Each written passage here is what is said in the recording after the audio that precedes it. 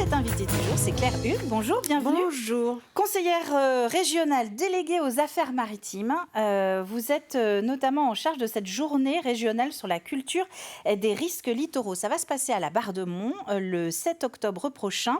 Et donc l'idée centrale, si on essaie un petit peu de résumer, c'est comment faire pour à la fois protéger notre littoral ligérien, mais aussi en assurer et en assumer son développement. C'est exactement ça. C'est exactement ça, avec une facette aussi importante d'acculturer le grand public, les élus, entre autres, à la culture du risque qui s'accompagne aussi qui est très très liée à ces enjeux.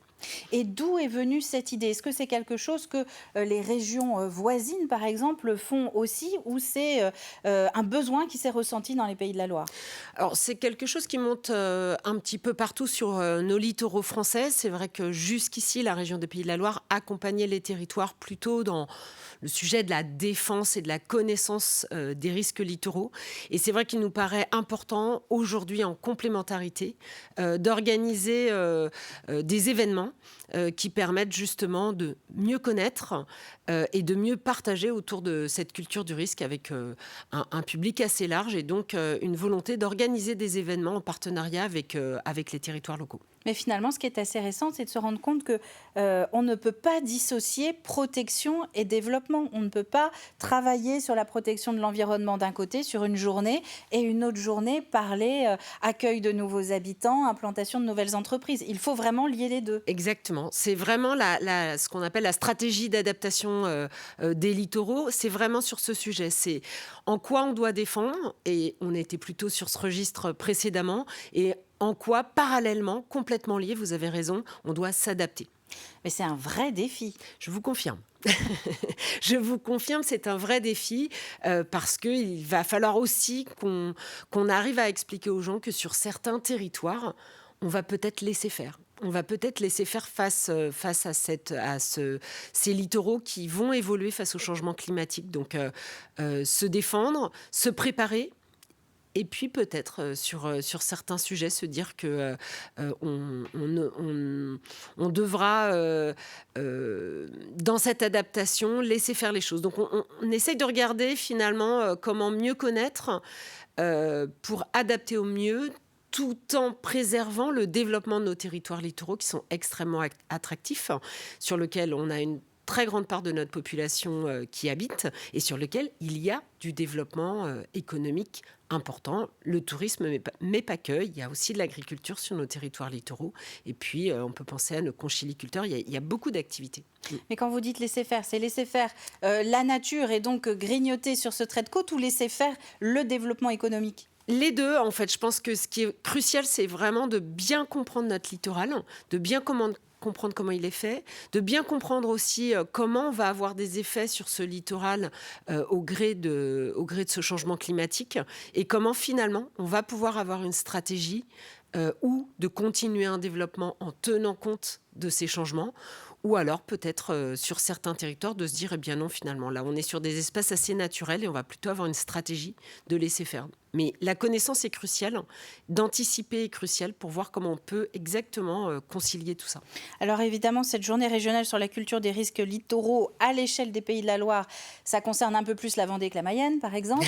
Mais est-ce qu'il y a des points ou des endroits, des zones, des communautés de communes bien définies, que ce soit dans le 44 ou dans le 85, et qui ont une attention particulière de votre part? Alors là, on va être la semaine prochaine lors de cette journée sur la communauté de communes Océan Marais-de-Mont, à la Barre-de-Mont précisément, puisque c'est une communauté de communes qui a investi de longue date en fait pour travailler sur ces sujets-là.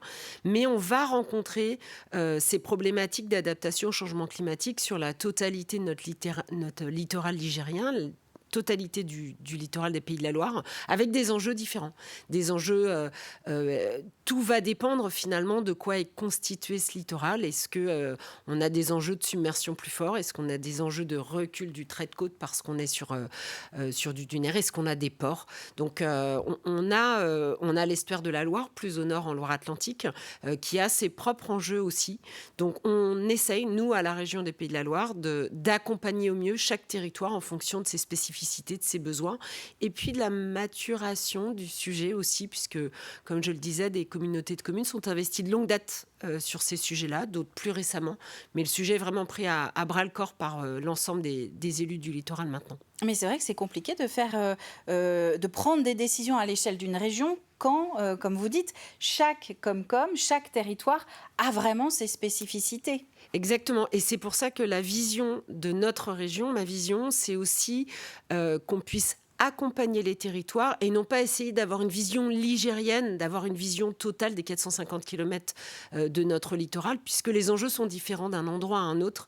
Et donc, on est plutôt dans l'accompagnement des territoires qui le connaissent bien, qui ont commencé des travaux. Et on vient par des subventions, par des événements, par un accompagnement, regarder comment on peut accompagner chacun sur ses problématiques et là où il en est dans la prise de conscience aussi.